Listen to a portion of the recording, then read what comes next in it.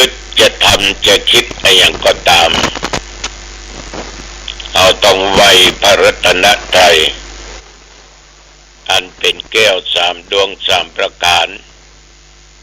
ยิ่งยวดประเสริฐนักยิ่งกว่าแก้วทั้งหลายในสากลโลกนี้นะคือมีการไหว้พระรัตนตรัยมีการสวดมนต์ตั้งอกตั้งใจถวายเป็นพระพรชัยมงคล แด่สมเด็จพระเจ้าลูกเธอเจ้าฟ้าปัชรกิติยาภาหรือพระองค์ภาตั้งใจของพระองค์ท่านนั้นได้หายจากอาการพระประชวรการเจ็บไข้ได้ป่วยก็มีสุขภาพกายใจแข็งแรงดุจดังเดิมคือเป็นล่มโพล่มใสแก่ประสบนิกรทุกหมู่เหล่าขอพระองค์ท่านจงมีพระชนมายุยิ่งยืนนานได้120 พระพรรษายิ่งขึ้นไปต่อไปไหว้พระรัตนตรัยว่าพร้อมๆกันไปเน้อญาติโยมเน้ออะระหังสัมมาสัมพุทโธภควาพระผู้มีพระภาคเจ้าเป็นพระอรหันต์ดับเพลิงกิเลสเพลิงทุกข์สิ้นเชิงตรัสรู้ชอบได้โดยพระองค์เองพุทธังภควันตังอภิวาเทมิข้าพเจ้าอภิวาทพระผู้มีพระภาคเจ้าผู้รู้ผู้ตื่นผู้เบิกบานกราบพระพุทธสวากขาโตภควตาธัมโมพระธรรมเป็นธรรมที่พระผู้มีพระภาคเจ้าตรัสไว้ดีแล้วธัมมังนัมมัสสามิข้าพเจ้านมัสการพระธรรมกราบพระธรรมสุปฏิปันโนภควโตสาวกสังโฆพระสงฆ์สาวกของพระผู้มีพระภาคเจ้าปฏิบัติดีแล้วสังฆังนัมมามิข้าพเจ้านอบน้อมพระสงฆ์กราบพระสงฆ์นะโมตัสสะภะคะวะโตขอน้อมแด่พระผู้มีพระภาคเจ้าพระองค์นั้นอะระหะโตซึ่งเป็นผู้ไกลจากกิเลสสัมมาสัมพุทธัสสะตรัสรู้ชอบได้โดยพระองค์เองนะโมตัสสะภะคะวะโตขอน้อมแด่พระผู้มีพระภาคเจ้าพระองค์นั้นอะระหะโตซึ่งเป็นผู้ไกลจากกิเลสสัมมาสัมพุทธัสสะตรัสรู้ชอบได้โดยพระองค์เองนะโมตัสสะภะคะวะโตขอน้อมแด่พระผู้มีพระภาคเจ้าพระองค์นั้นอะระหะโตซึ่งเป็นผู้ไกลจากกิเลสสัมมาสัมพุทธัสสะตรัสรู้ชอบได้โดยพระองค์เองพุทธังสรณังคัจฉามิธัมมังสรณังคัจฉามิสังฆังสรณังคัจฉามิทุติยัมปิพุทธังสรณังคัจฉามิทุติยัมปิธัมมังสรณังคัจฉามิทุติยัมปิสังฆังสรณังคัจฉ ชามิตติยัมปิพุทธังสรณังคัจฉามิตติยัมปิธัมมังสรณังคัจฉามิตติยัมปิสังฆังสรณังคัจฉามิยะโตหังภะเคเนอะริยยะชาติยะชาโตนาปิชานาเมสัญจิจะปานังชีวิตาวโรเบตาเตนะสัจเจนะโสติเตโหตุโสติคัพพสาโพชังโคสติสังฆาโตธัมมานังวิจโยตถาวิริยัมปิติปัสสัตถิโพชังคาจะตถาปะเรสัมมาทุเปกขโพชังคา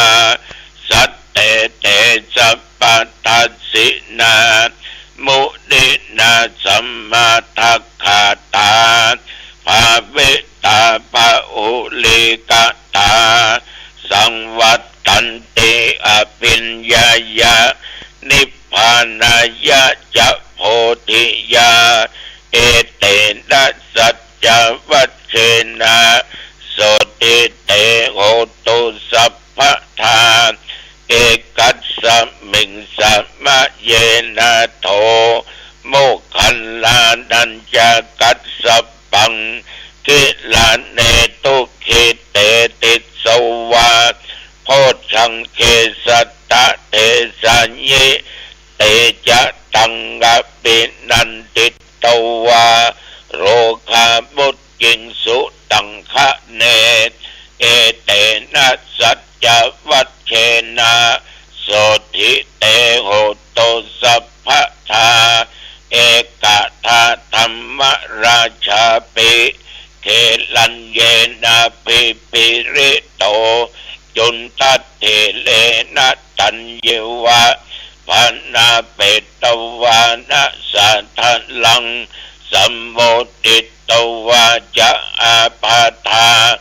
ตัมหาบุตธาสิทานะโสเอเตนะสัจจวัชเชนะโสทิเตโหตุสัมภทาปะยินาเตจะอาปาทาอินนันนัมปิมาเอสินังมัคคะอัตตะกิเลสวะปัตตานุปติธรรมตังเอเตนะสัจจวัชเชนะโสติเตโหตุสัพพทาภวตุสัพพมังคะลังรักขันตุสัพพเทวตาสัพพพุทธานุภาเวนะสัทธาโสติภวันตุเตภวตุสัพพมังคะลังรักขันตุสัพพเทวตาสัพพธรรมานุภาเวนะสัทธาโสติภวันตุเต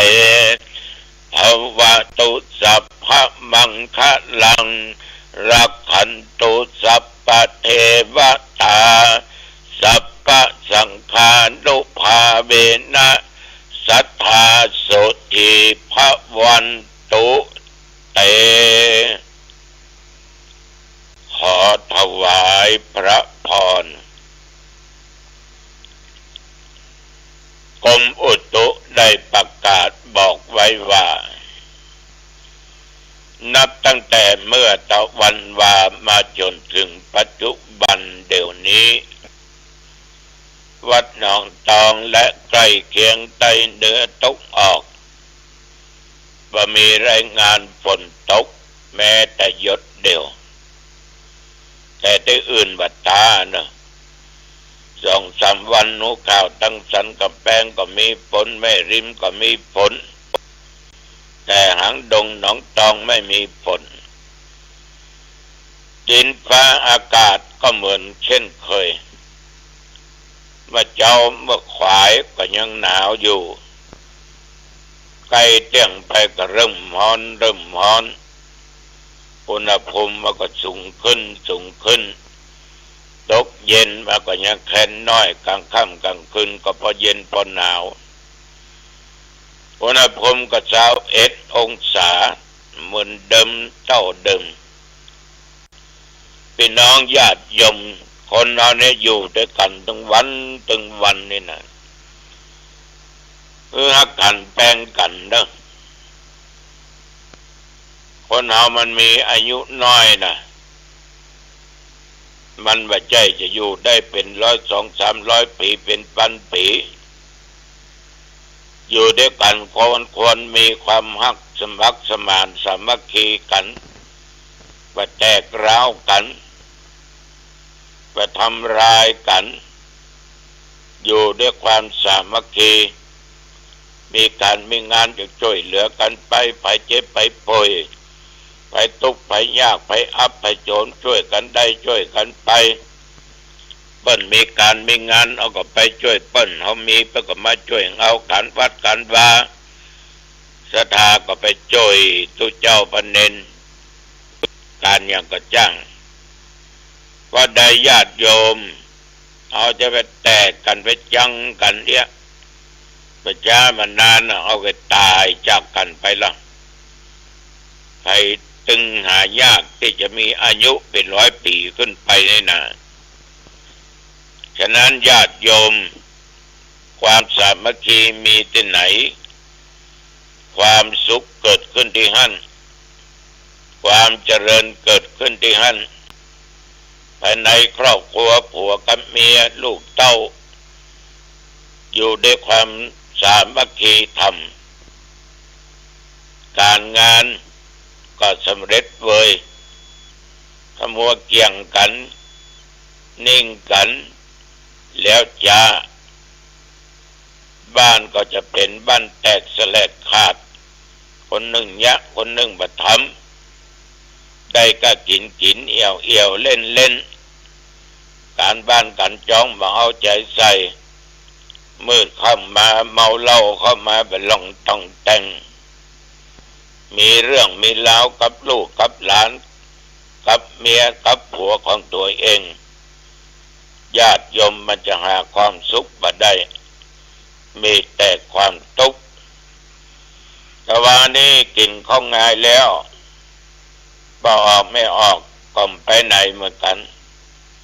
นั่งอยู่วัดนั่งเทศธรรมอัดเสียงธรรม10 โมงป่ายก็ได้มีป่อออกแม่ออกมาทำบุญสุนทาน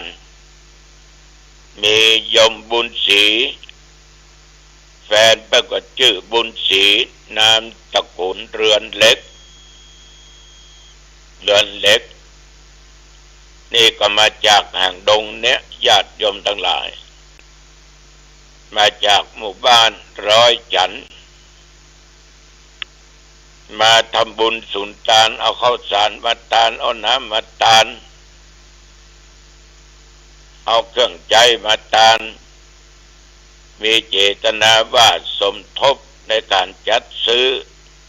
เครื่องมือการแพทย์เครื่องช่วยหายใจไว้ห้อง ICU โรงพยาบาลอ่างดงประการสำคัญก็จะตานไปหาผู้ที่ล่วงลับดับขันไปคือนายณัฐพงษ์เรือนเล็กก็ขอบุญกินบุญทานไปรอดไปถึงไปเติงด้วยจิมจำนวนอยู่300 กล่องบุญก็ออกไปออกญาติโยมฉันเข้าแล้วตกค่ำตกมืดก็เดินทางออกจากวัดไปเผยแผ่ธรรมเทศนาธรรมที่บ้านปะยังงามหรือวัดโชคชัยอำเภอดอยสะเก็ดจังหวัดเชียงใหม่ไปเทศนาในงานข่าวดำคือพระวิหารดวงจันทร์ขันขมูลเนี่ยมันได้ตายไปอายุอานามอ่อนกว่าหลวงตองเป็น1 ปีพระหารดวงจันทร์ได้77น้องตองย่างเข้า78เกินแล้วก็มีญาติโยมมีตุเจ้านัก ในฐานะเป็นลูกศิษย์ลูกหาเป็นผู้ที่เคารพนับถือกันนะนั่นเบียร์ก็อยู่บ้านนั่นคนไปนั่งฟังเทศน์ฟังธรรมกันมากก็สมควรเวลาทุกเจ้าเทศน์ก็ตั้งอกตั้งใจฟังบ่มีไผเทศน์แข่งทุกเจ้าเทศน์จบแล้วก็เกณฑ์กันเทศน์ก็ฮือศีลฮือปอนกันแล้วก็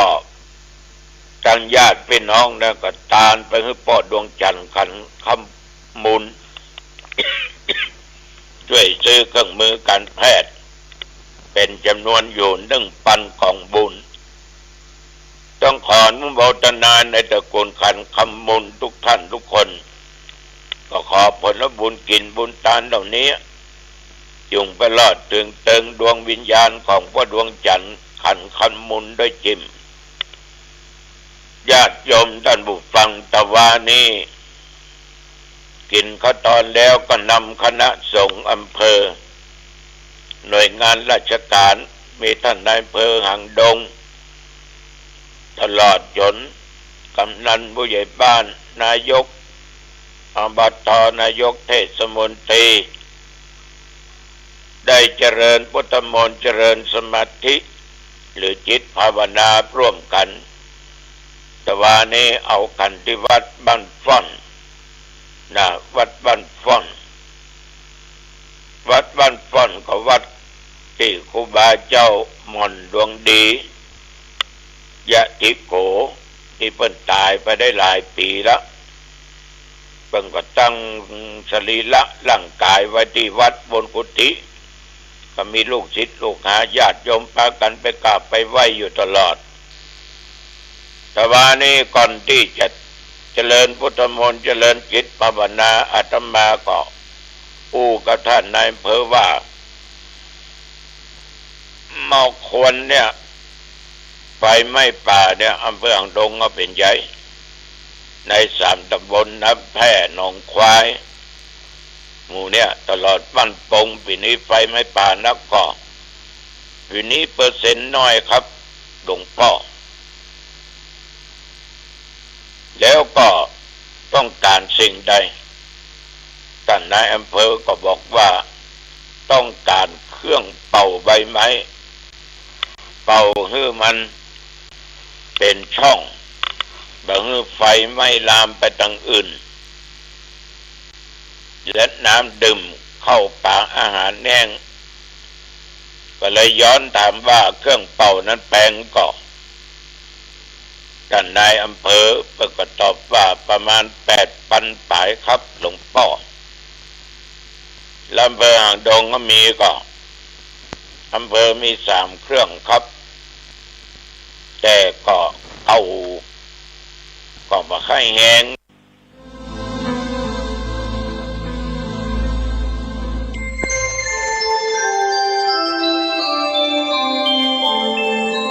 ขณะนี้